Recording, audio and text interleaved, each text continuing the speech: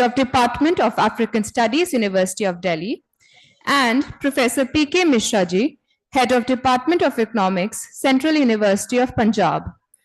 Please welcome our panel of esteemed guests with a round of applause for gracing this session with their bright and august presence.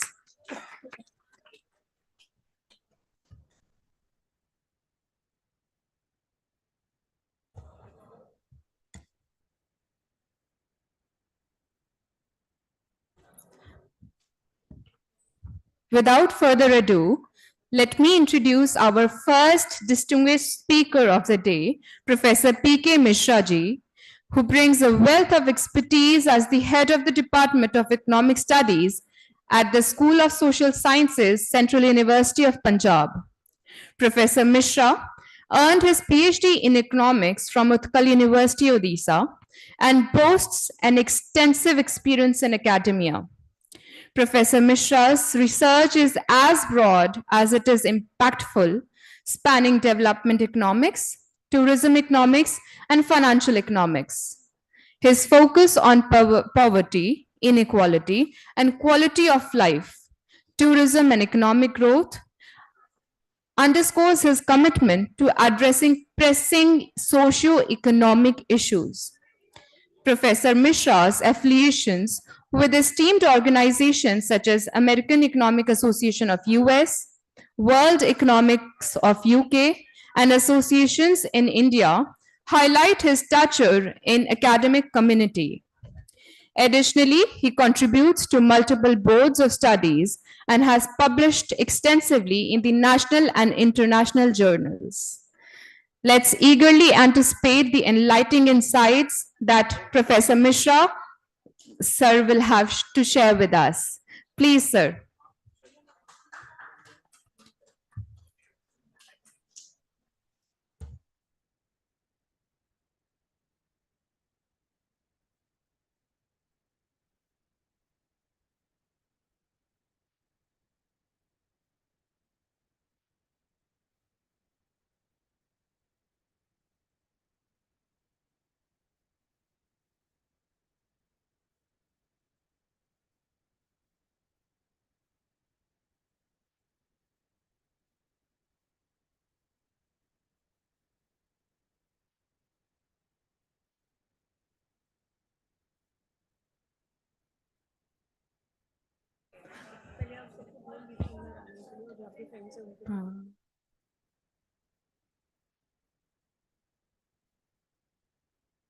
All students and faculty are requested to settle down in the places as we start with the plenary session.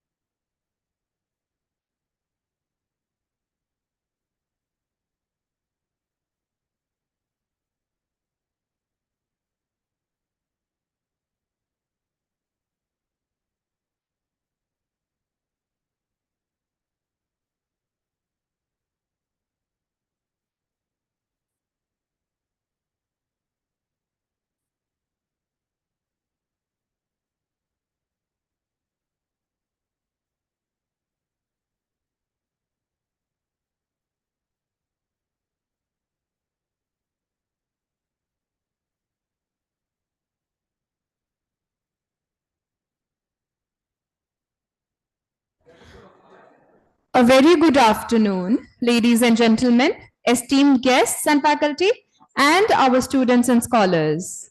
We welcome you all to the plenary session 1 of the conference titled Indian Constitution, A Way Towards Viksit Bharat at 2047.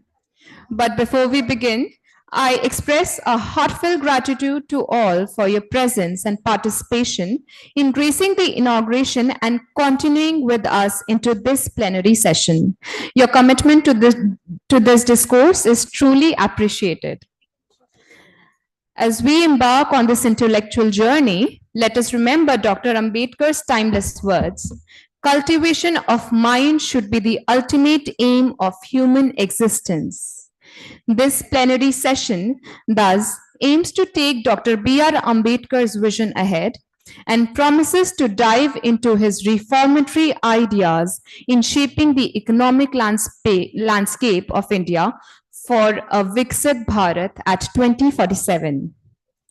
Today, we are honored to have Shri P.K. Mishra ji, former DGBSF, as our session chair for guiding this discourse. We are equally honored and elated to introduce the esteemed panel of speakers who have joined us today, namely Professor Gajendra Singh, Head of Department of African Studies, University of Delhi, and Professor P.K. Mishra ji, Head of Department of Economics, Central University of Punjab. Let us express our gratitude to the panel of esteemed guests with a round of applause for gracing this session with their bright and august presence. Moving ahead, I take this honor to welcome Shri P.K. Mishra ji. Shri P.K. Mishra, Senior Fellow at the Vivekanand International Foundation, with over 4 decades of distinguished services, started as an assistant commandant in the BSF in 1971. He played a vital role in the anti-Naxal operations in West Bengal and received a recognition from the President of India. His impactful contributions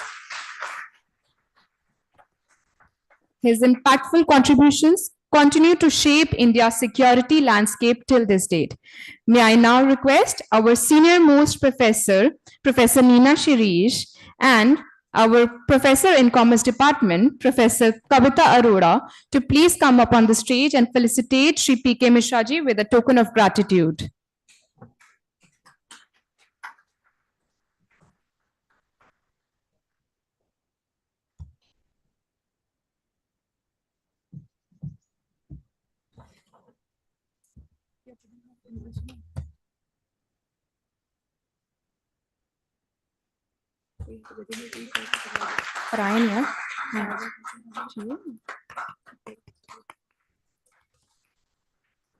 Hello. Thank you, sir and ma'am. We invite Mishra ji to the podium to share a few words of his wisdom, and I call him to call upon the plenary session open for the esteemed speakers.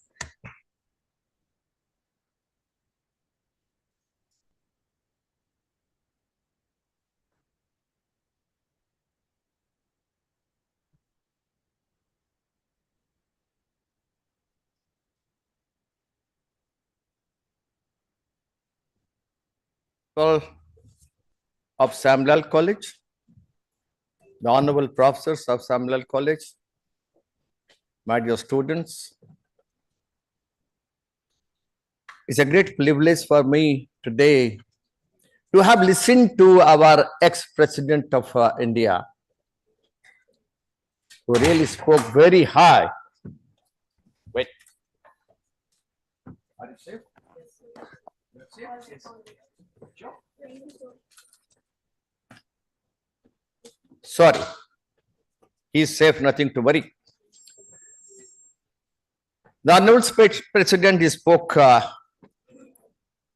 extremely beautifully. He described Ambedkar ji, and nothing more I can speak about Ambedkar ji rather than our ex-president. And here our speakers are there today about they will come up with various suggestions of our Indian Constitution. Of course, the Constitution had 115 amendments. And how many more amendments we will have in our Constitution? That is what our ex-Chief Justice of India, Gogoiji, he clearly stated, enough is enough. Let's go for a new constitution, draft a new constitution. I don't know whether it is possible or not. Our speakers will definitely brief about that. They will speak on that. Gajendra Singh ji will be listening to me, and he can, well, come up with the expectation of yours whether we should go for a new constitution in India, draft constitution, or continue with amendments, and amendments, whatever it suits to various political parties and political leaders. Of course, amendments are required the way Viksit Bharat is there, the vision of Dr. Ambedkar ji. We are going to reach by 2047, about 100 trillion economy. Maybe we may be in number 2 position in the world. But do you think, as on today, the economic progress of our country will remain as it is, as we think about it, as we practice about it, or as what is happening in the world, going for a third mini world war, which has now started? Having a Gajendra Singh ji is looking at me, definitely I will tell him to come up with his expectation. I have worked in Parliament as Director of Security of Parliament for about 6 years. Yeah, what is this Rajya Sabha? I am very frank in giving my opinion. What is this Rajya Sabha?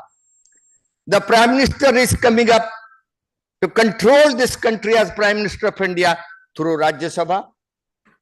I hope I am correct. We had Prime Minister from Rajya Sabha in our country. Why we have inherited the system from Britishers? It is a roundabout way even for criminals. And those who have lost election, those who do not have contact with the civilians and the mass and the ground, they come up as Rajya Sabha honorable ministers and they decide about future of our country and that about the vision of Dr. Ambedkar ji. We know who are the criminals in our Rajya Sabha. So should we have this or otherwise?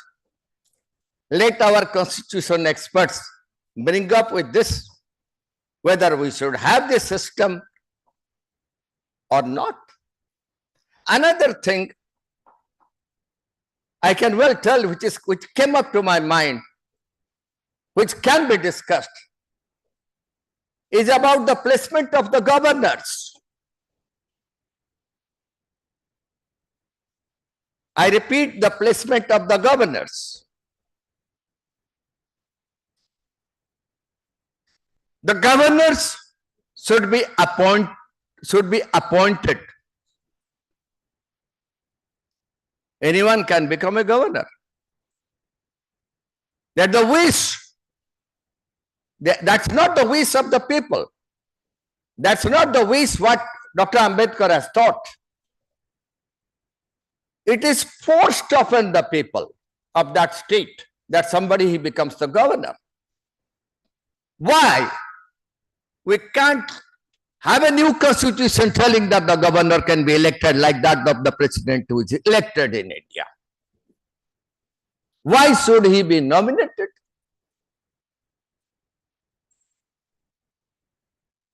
Let there be experts coming up who will elect the president in the governor in the state, maybe the honorable MLAs, honorable MLCs, and few others.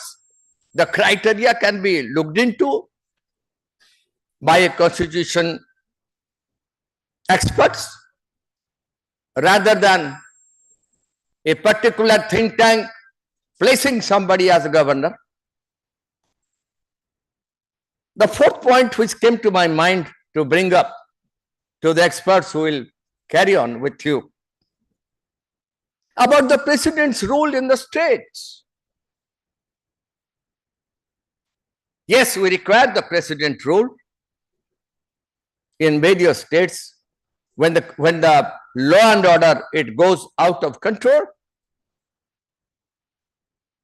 But India has seen a number of times the president's rule was promulgated in various states which was politically motivated.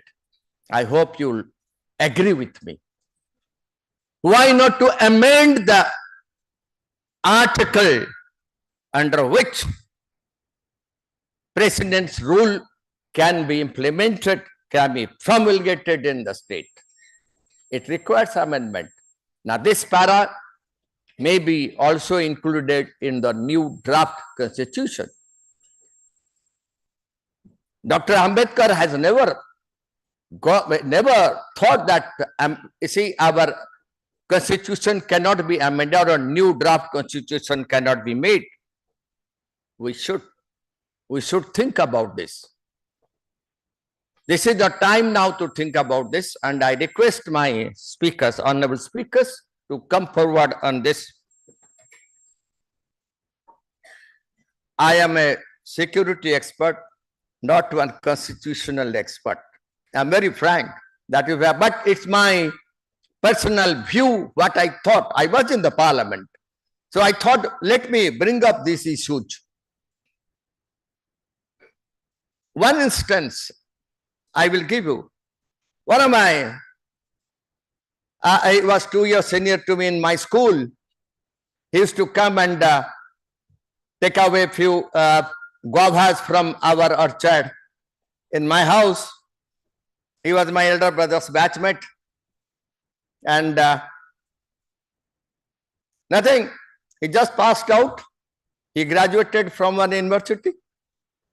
And suddenly when I was Director Secretary of Parliament, I found this elder brother, not my elder brother, I mean his friend. He was there in Parliament. I told him, brother, what are you doing here? Oh, you do not know? I am honorable member of Rajya Sabha. That's what? That is what is the situation in Rajya Sabha. So I add here as an example what's happening in Rajya Sabha. But anyway, besides that, the constitution we have to think about our constitution, which will now not depend upon the only economy of our country, the future of our country in developing the war logistics. This is a must as far as the present scenario is concerned. If we do not have something on this on our constitution, the economy must go parallel with defense. The economy will rise, the defense production should also rise. How it will be, let the constitution experts tell it. I can only tell you, give an example. 331 drones, missiles and cruise missiles were fired by Iran from Iran, Iraq and Syria on Israel. Out of 331, 315 were brought down by both Germany, USA and Israel by Iron Domes. Why can't this country, the future of Dr. Ambedkar, I can well tell you, why can't we make this iron domes and bring up another version of it, that is the iron dome beams. Instead of firing from iron domes, we can have electronic rays coming out from the domes, which can heat 100% of the drones and missiles and cruise missiles and Khyber missiles maybe coming to India from Pakistan. So that is what I wanted to speak. Now I leave the field to my experts to speak on Constitution and Constitution and Constitution and its amendment, or a draft new Constitution. Thank you.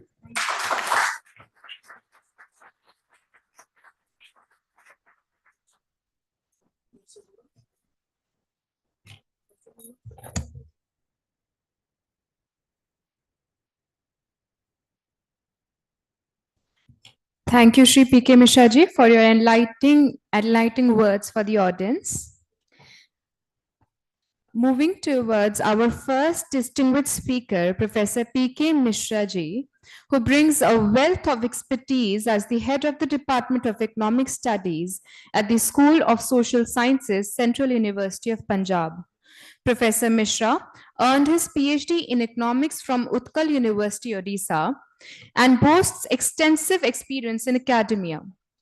Professor Mishra's research is as broad as it is impactful, spanning development economics, tourism economics, and financial economics.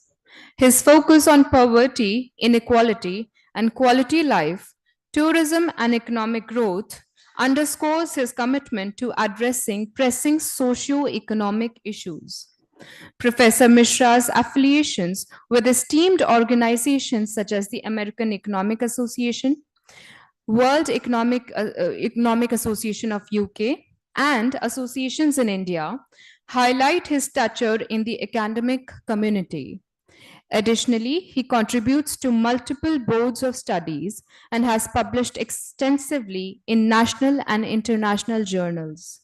So without further ado, I call upon Professor Mishra ji to share with us his enlightening insights on Baba Saheb's ideologies. Thank you.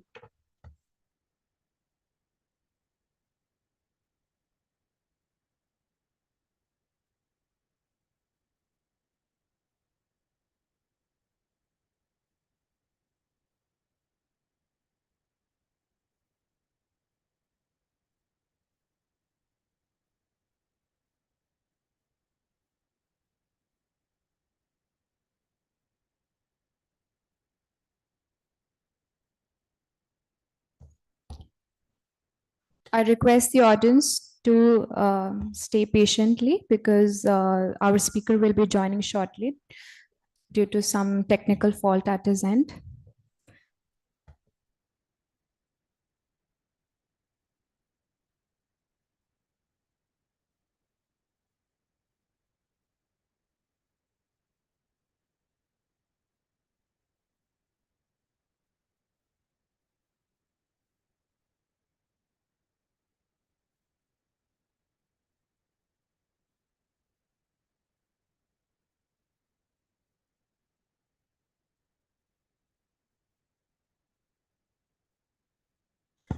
In the meantime, our speaker, Professor P.K. Mishra ji joins. Let us call upon our next reverend speaker of the day, Professor Gajendra Singh, Head of Department of African Studies, University of Delhi.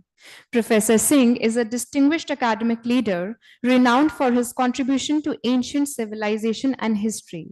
With a PhD in ancient civilization of South Africa, he is a member of prestigious scholarly organizations like the Indian History Congress and World History Association. Professor Singh's teaching excellence earned him the Dr. B.R. Ambedkar National Teaching Award, among other notable recognitions. As a treasurer of Guru Nanak Dev Khalsa College, As a treasurer of Guru Nanak Dev Khalsa College, University of Delhi, and with roles in Rani Durgavati University, Madhya Pradesh, he continues to create an impact and shape educational institutions' futures. He is also an active researcher, presenting at conferences and contributing to national and international journals. I invite Sir to add to the discourse with his wise words.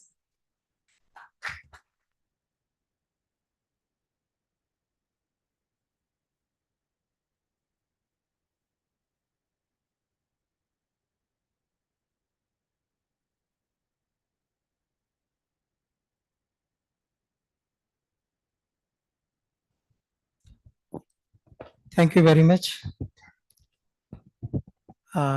मंच पर आसीन सम्मानित पीके Mishra ji, professor नीरा श्री जी,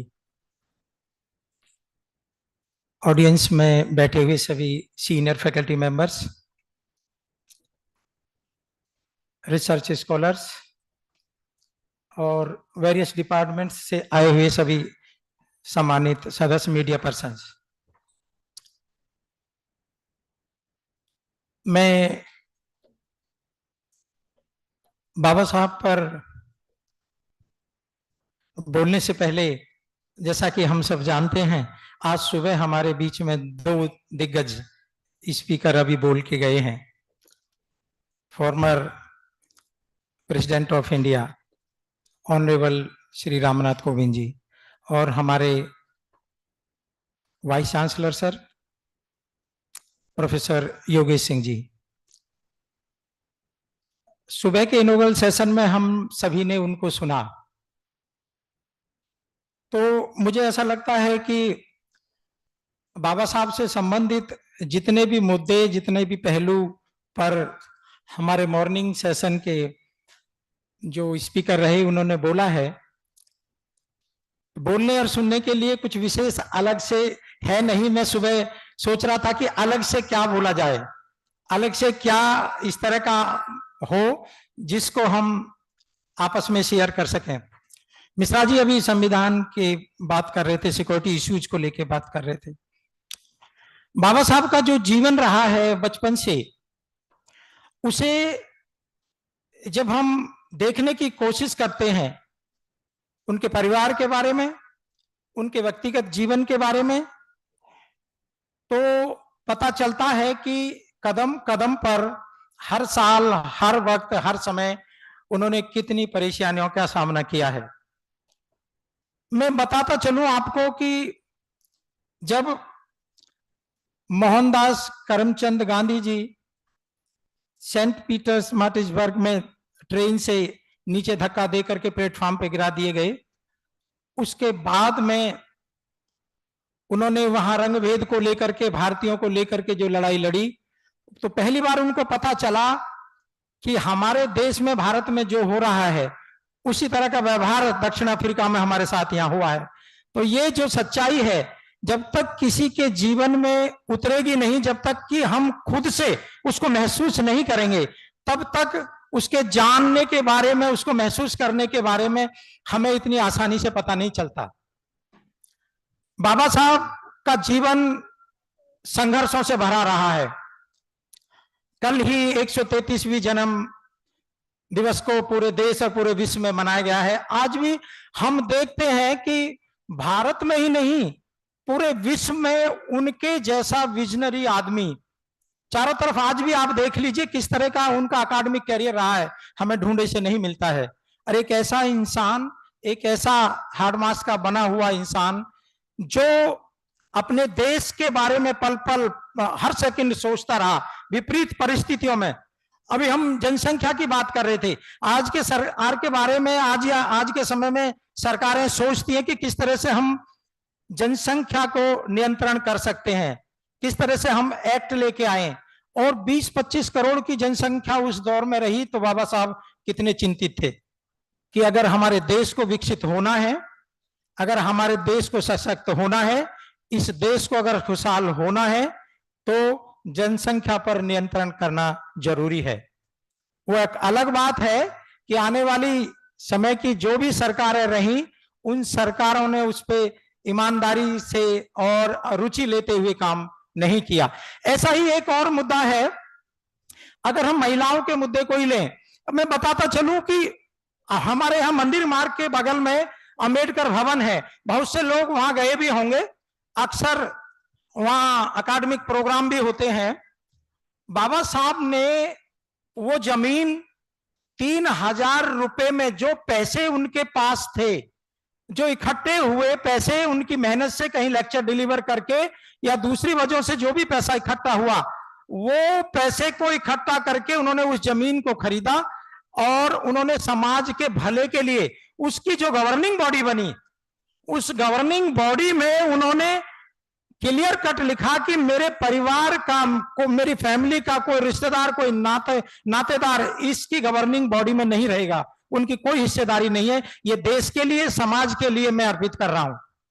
तो ये ऐसा vision है बाबा साहब का कि हम कदम पे कदम जब देखते हैं उनके बारे में कि किस तरह का उनका विजन रहा है एग्रीकल्चर को लेकर के, एग्रीकल्चर लैंड को लेकर के, किस तरह से हम कैसे ज्यादा उत्पादन करें, हमारे जो किसान लोग हैं वो किस तरह से एक्स्ट्रा प्रोडक्शन को बढ़ावा दें, कौन सी ऐसी टेक्निक्स हो, किस तरह की लेटेस्ट टेक्नोलॉजी के जरिए हम इरिगेशन का काम, क्रॉप्स का काम करें, उन सब पे भी, इवन अकाल के समय में भी बाबा साहब ने आर्टिकल्स लिखे कि किस तरह से जो अकाल है, उस अकाल में या उस अभाव में हम किस तरह से मिलकर के एग्रीकल्चर लैंड को, इरिगेशन को, के सिस्टम को हम आगे बढ़ा सकते हैं और किस तरह से हम भूखमरी से भारतीय जनता को बढ़ा सकते हैं। तो ये ऐसे मुद्दे हैं। अभी हमें लगता है बहुत सारे हमारे जो विशेष रूप से जो विमेन एम्पावरमेंट है देश में, जो नारी शक्ति है, उनको कई बार मैं देखता हूं गांवों में, शहरों में कहीं जाता हूं, विशेष रूप से जो उच्च वर्ग की महिलाएं हैं, इवन या वो पढ़ रही हैं या नहीं भी पढ़ रही हैं, तो उनको ये लगता है कि हमारे लिए तो कुछ किया ही नहीं, बाबा साहब तो सिर्फ और सिर्फ दलितों के मसीहा हैं, उन्होंने सिर्फ रिजर्वेशन के लिए काम किया और संविधान बनाया, बस इसके अलावा कुछ नहीं किया। लेकिन मैं आपको बता दूं कि बाबा साहब ने, आज हम जो ये देखते हैं ना, जो जच्चा बच्चा के समय 6 महीने की जो छुट्टियां मिलती हैं, मैटरनिटी लीव जिनको हम बोलते हैं, आप पढ़ के देखना, कहीं मिलेगा आपको कि बाबा साहब की ही देन है। जितने भी फैक्ट्री में वर्कर्स काम करते हैं, 12-12 घंटे वो लोग काम करते थे, ओवर टाइम भी नहीं मिलता था, उनको 8 घंटे काम करने के लिए बाबा साहब ने ही वो एक्ट बनाया, बाबा साहब ने ही एडवाइज किया। तो ये सब जो कंट्रीब्यूशन है वो सब के लिए, वो सिर्फ दलितों के लिए नहीं था, वंचितों के लिए नहीं था, वो पूरे भारतीय के लोगों के लिए था। अब आप देखिए, अभी हमारे कोविंद साहब बोल के गए कि सिर्फ और सिर्फ हम सब भारतीय हैं और सिर्फ भारतीय हैं, उसमें हिंदू मुस्लिम जैसा कुछ नहीं है। ये सब जितनी भी चीजें हैं, चाहे वो हिंदू है, चाहे वो धर्म है, चाहे वो मुस्लिम है, वो सब गौण है, हम सबसे पहले भारतीय हैं। तो अगर हमें आज के सिनेरियो के हिसाब से भी अगर हम देखें तो हमें दिखाई देता है कि हमें इस देश को अगर अखंड रखना है, इस देश को अगर ताकतवर बनाना है, ताकतवर इन द सेंस खुशहाली बनाना है, और निश्चित रूप से अगर हमें सपनों का भारत बनाना है और विकसित भारत बनाना है, तो हम, आप ये जान लीजिए अच्छी तरह से कि किसी एक वर्ग को लेकर के कभी भी देश विकसित नहीं हो सकता। हमें पूरे भारतीयों को, संपूर्ण भारतीयों को, सभी सिटीजन्स को, चाहे वो किसी भी जात से है, किसी भी धर्म से है, चाहे वो अमीर है, चाहे वो गरीब है, हम सबको पैरेलल कंधे से कंधा मिलाकर काम करना होगा विकसित भारत के लिए।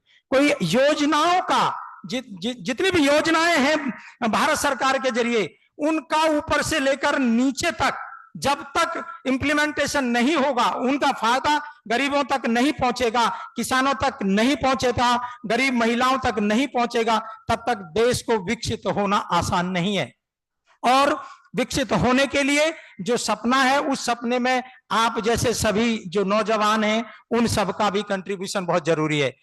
ऐसा नहीं है कि सरकार ने कोई योजना बनाई, सरकार ने कोई सपना देखा तो उसको सरकार अपने लेवल पे रिमोट दबाते ही पूरा कर लेगी।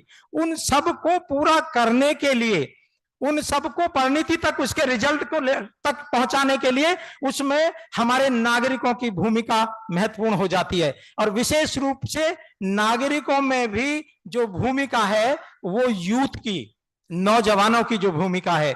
मेरे देश के नौजवानों के लिए मैं ये कहना चाहता हूं कि आप देश के खिलाफ सोचने की जरूरत ना करें, देश के खिलाफ ऐसा कोई कदम ना उठाएं जिससे हमारे परिवारों का, हमारे देश की किसी भी गरिमा पर आंच आए।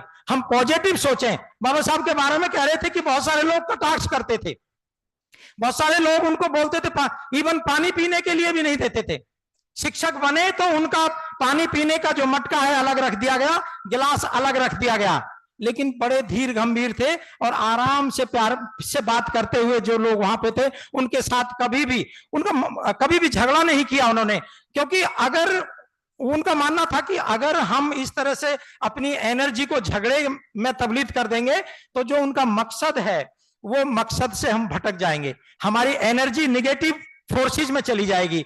हम पॉजिटिव सोचें। आपको रोकने के लिए बहुत सारी ताकतें काम करेंगी, लेकिन आप उनके बारे में ध्यान ना दें, आप अपना पॉजिटिव सोचें, मेहनत करें। और यही मेहनत का नतीजा था कि आज आप देखेंगे कि बाबा साहब ने लंदन हो या कोलंबिया यूनिवर्सिटी हो, आज आप, मेरे को मौका मिला कोलंबिया यूनिवर्सिटी में जाने का, बेस्ट देखने का, और वहां मैंने विजिट किया तो मैंने देखा कि वहां किस तरह का माहौल है। आप लोग जाएंगे तो आज भी पता चलेगा कि उस दौर में भारत से जाकर के वहां पढ़ने के लिए, यहां से जाकर के वहां पढ़ना और पढ़ के लोग ये भी कर सकते थे कि वहीं पर रुक जाएं।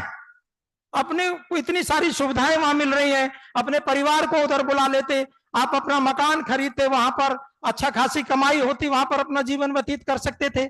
लेकिन उन्होंने ऐसा नहीं सोचा, उन्होंने वापस भारत आकर के अपने देश को आगे ले जाने के लिए कि किस तरह से हम अपने देश को आगे ले जा सकते हैं, किस तरह से देश में गरीबी को दूर करना है हमें, हम किस तरह से हमारी जो पॉलिसीज हैं वो होनी चाहिए, किस तरह से जो हमारे वंचित लोग हैं जिनमें चाहे जातीयता को लेकर के है, धर्म को लेकर के है, चाहे जाति को लेकर के, चाहे धर्म को लेकर के है, या तमाम चीजें जितनी भी उनको हम किस तरह से ट्रैक पे ला सकते हैं वो चाहिए हमें। आज अगर मैं फिर वही दोहरा रहा हूं बात को कि अगर आज हमें विकसित होने की राह पे आना है, 2047 में अगर भारत को विकसित होना है तो भारत के एक एक नागरिक को अपने कदम से कदम चलाकर आगे बढ़ना होगा, हमें अपना कंट्रीब्यूशन देना होगा। हम जहां भी हैं अपने देश के बारे में सोचें, अपने समाज के बारे में सोचें कि हमें आगे क्या करना। हर एक शख्स की जिम्मेदारी है कि हम कैसे भारत के लिए कंट्रीब्यूट कर सकते हैं, कि चाहे हम एजुकेशन के क्षेत्र में हैं, चाहे हम इंडस्ट्री में काम कर रहे हैं, चाहे हम पॉवर्टी को लेकर के बात कर रहे हैं, चाहे हम एग्रीकल्चर को लेकर के बात कर रहे हैं, चाहे हम पॉपुलेशन को लेकर के बात कर रहे हैं, उन तमाम चीजों को लेकर के रिजर्व बैंक ऑफ इंडिया जो आज है प्रॉब्लम ऑफ रुपीज के बेस पे है। हम इरिगेशन की बात करें, वाटर मैनेजमेंट सिस्टम की बात करें, अब देखिए तमाम तरीके से जो चहुमुखी विकास देश का हो सकता है, उन तमाम पॉलिसियों के केंद्र में आज भी इतने सालों के बाद हमें बाबा साहब उनके केंद्र में बैठे हुए दिखाई देते हैं। तो मेरा यही आग्रह और आह्वान है आपसे कि बाबा साहब को सिर्फ और सिर्फ एक संकुचित दायरे में बांधने की जरूरत नहीं है। बाबा साहब पूरे भारत के हैं, बाबा साहब पूरे देश के हैं। बाबा साहब को किसी धर्म और किसी एक निश्चित समाज और किसी एक निश्चित कम्युनिटी से जोड़ के देखने की बजाय उनका जो कंट्रीब्यूशन है, उनकी जो सोच है, उनको उनके हिसाब से उनको हक मिलना चाहिए, उनको आदर मिलना चाहिए, उनको सम्मान मिलना चाहिए। जैसा कि हमारे फॉर्मर प्रेसिडेंट ऑफ इंडिया ने बोला कि जो भारत रत्न है उसको गौरवान्वित किया है, ना कि भारत रत्न ने बाबा साहब को गौरवान्वित किया है।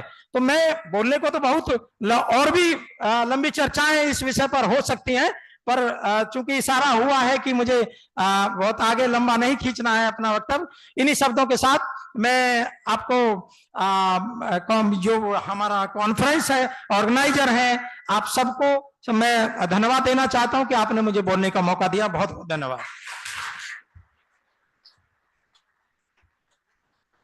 Thank you so much, Professor Singh, for highlighting the relevance of Baba Saheb's vision for every section and segment of the society. And we apologize for cutting short the session due to paucity of time. As we eagerly anticipated the enlightening insights from Professor P.K. Mishra, sir, we are fortunate to hear that he has joined us online. And without further ado, I call upon sir to give us the session. Thank you. Namaskar. I'm really very sorry. There was a sudden power failure, so I was disconnected. But anyway, अभी हम लोग Gajendra sir को अच्छे तरह से सुने और जैसे व्याख्यान वो दिए अंबेडकर जी के ऊपर, ये तो बहुत सोचने का है।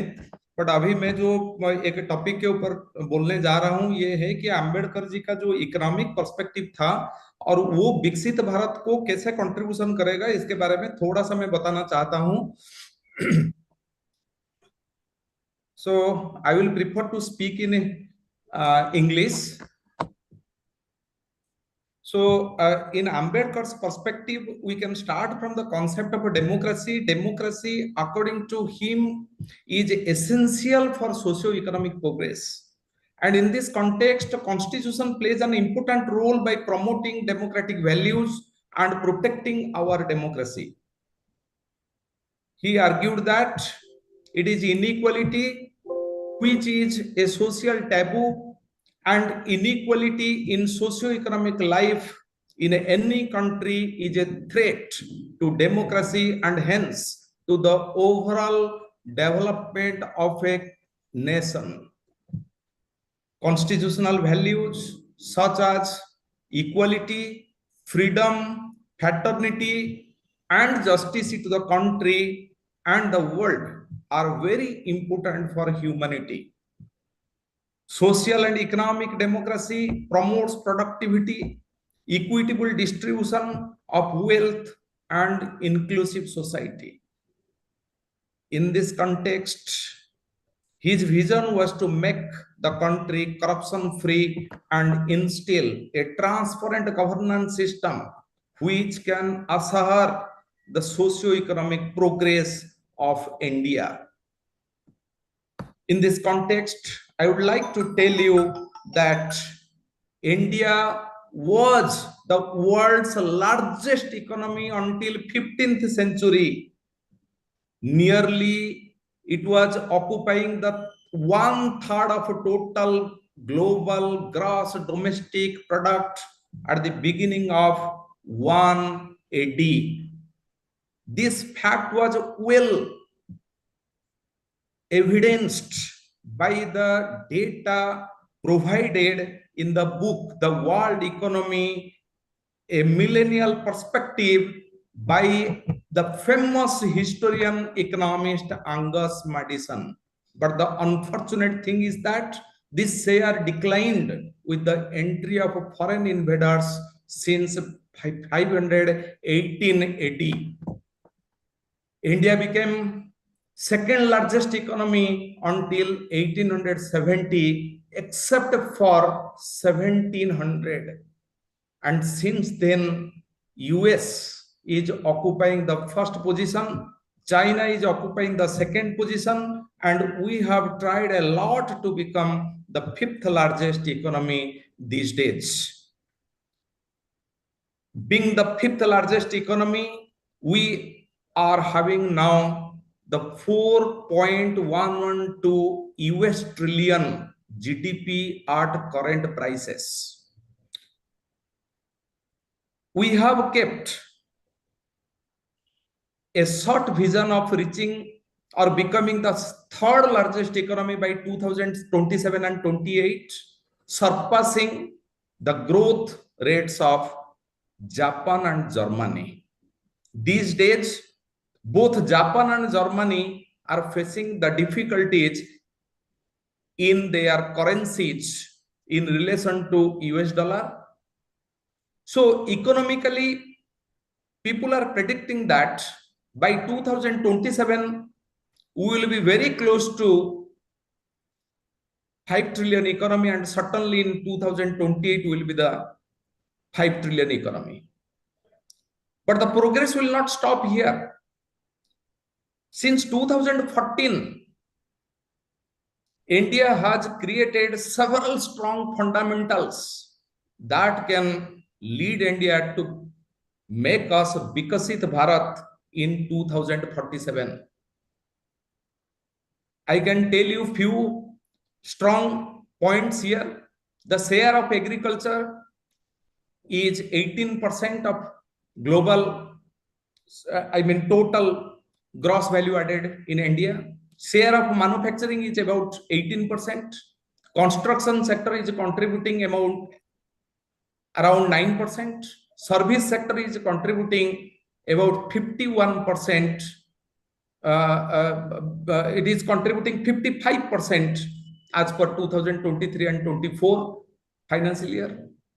Private final consumption expenditure has increased substantially to 60% in the current financial year.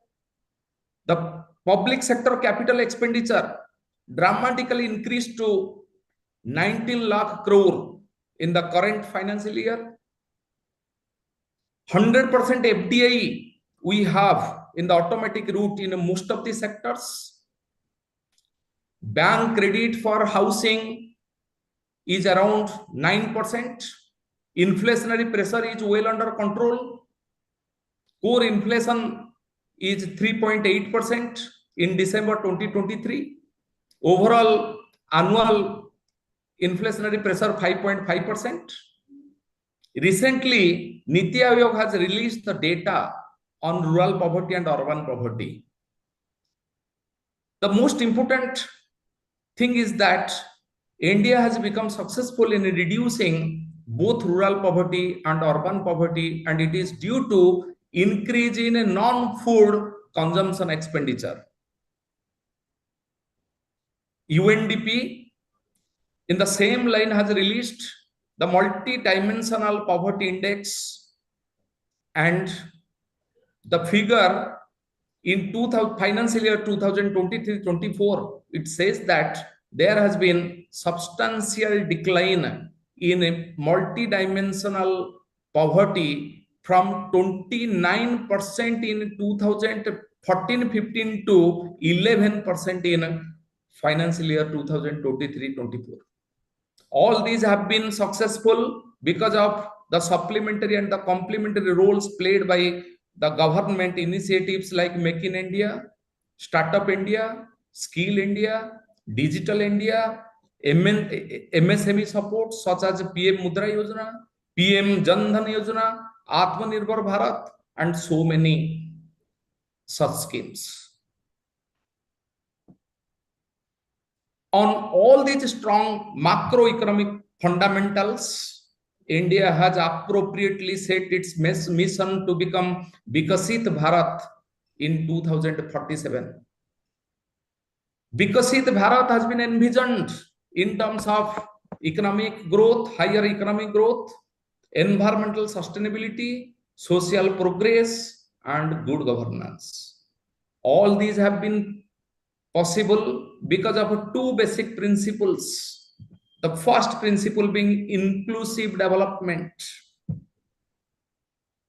and the second is sustainable development. These two basic principles facilitate all round, all inclusive and all pervasive development of the nation. Taking into view this Viksit Bharat mission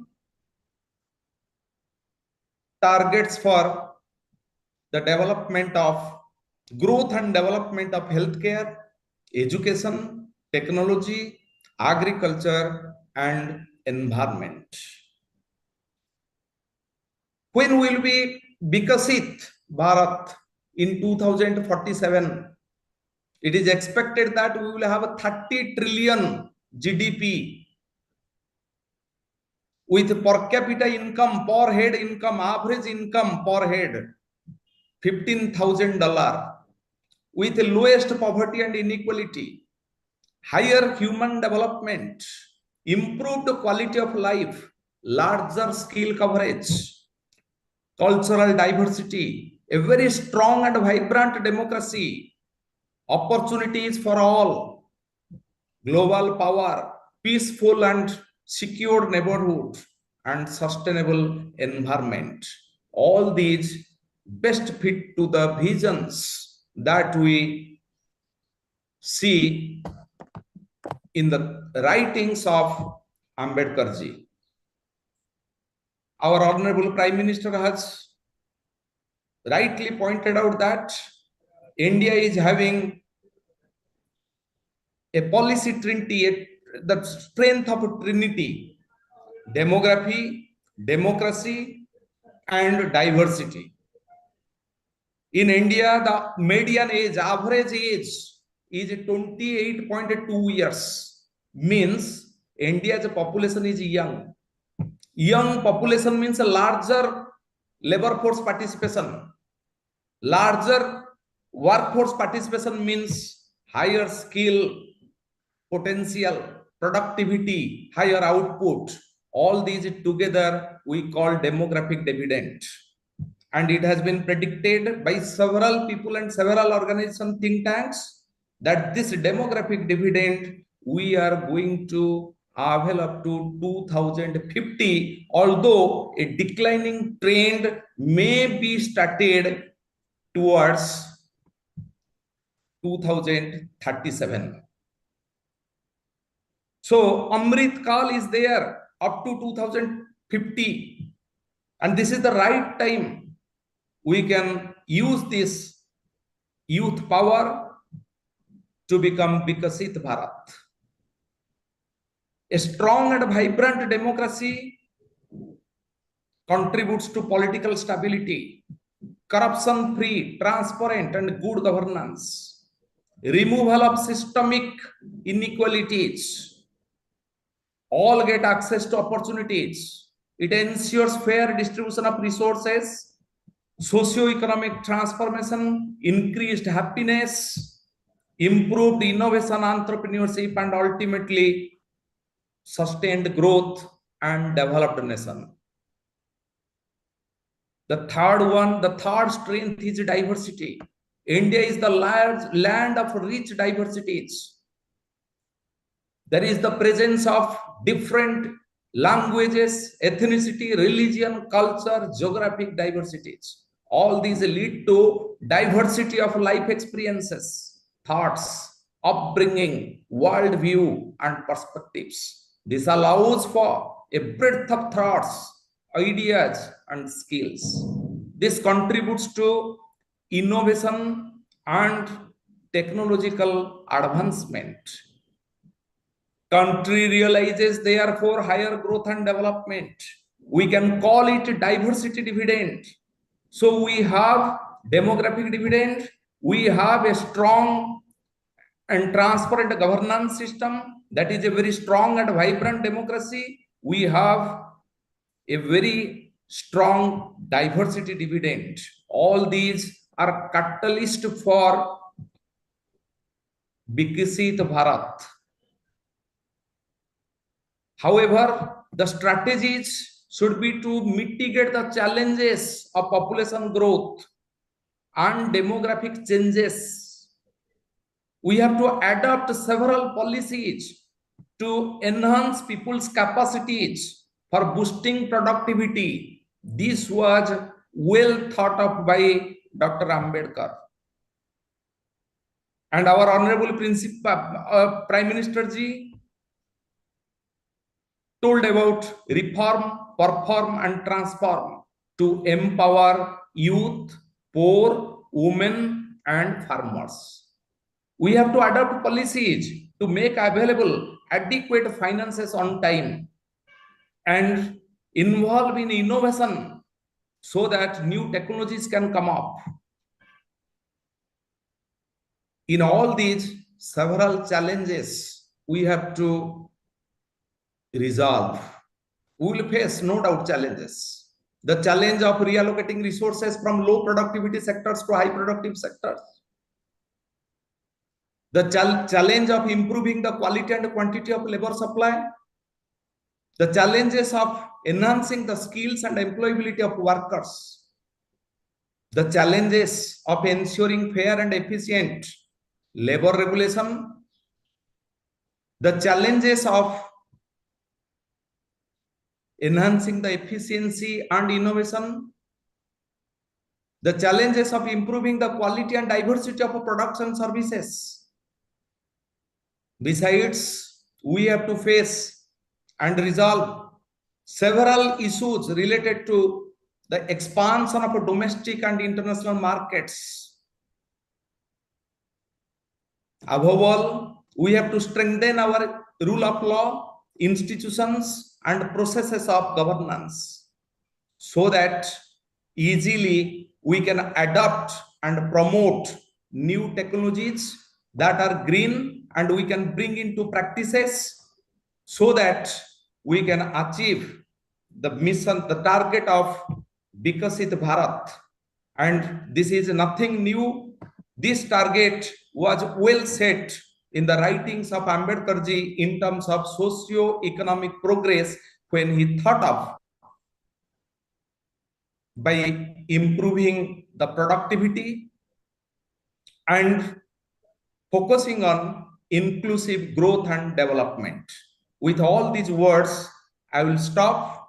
Thank you very much for providing me this opportunity to speak on economic perspective of Ambedkar ji and correlate it with the Viksit Bharat mission of India. Thank you very much.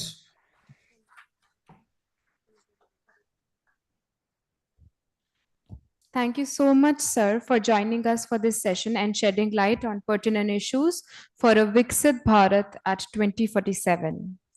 As we move towards the conclusion of this session, I take this opportunity to once again thank our esteemed chair, speakers, and audience for your participation and engagement. Throughout this session, our chair and the eminent panel of speakers shed light on various aspects of Dr. Ambedkar's economic philosophy. From addressing inequality to fostering growth, we delved into his teachings. We thank you, Shri P.K. Mishra ji, for your exemplary leadership as the session chair. Your guidance has been invaluable in steering our discussion today. I now invite Dr. Kanika Solanki to present a token of gratitude to our session chair, Shri P.K. Mishra ji, for graciously guiding us through this session.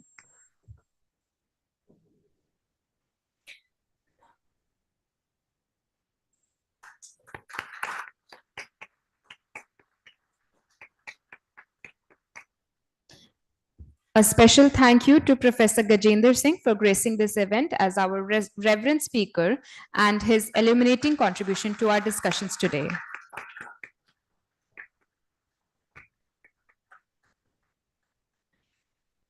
Our heartfelt appreciation to Reverend Professor Neena Shirish ma'am for sparing her invaluable time and joining us for this session.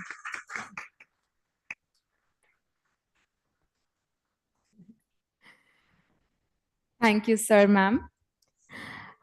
Further, allow me to express our profound gratitude to Professor P.K. Mishra ji for gracing this session with his profound wisdom and intellectual prowess. We are truly honored by his invaluable insights and expertise that he shared with us in today's session. Further, our heartfelt appreciation to the entire student and faculty coordinator team ensuring the smooth execution of this session. Special thanks to Dr. Kanika Solanki ma'am for her exceptional leadership and dedication. Last but not the least, a big thank you for all your attentive audience whose active participation has made this session truly engaging and insightful. Your presence and enthusiasm have greatly enriched this discussion. As we draw this session to a close, let us reflect on wisdom of Dr. B.R. Ambedkar and his vision for a prosperous and inclusive India that we aspire for in 2047. Thank you so much. I request all the audience to join us for the lunch after this session. Thank you.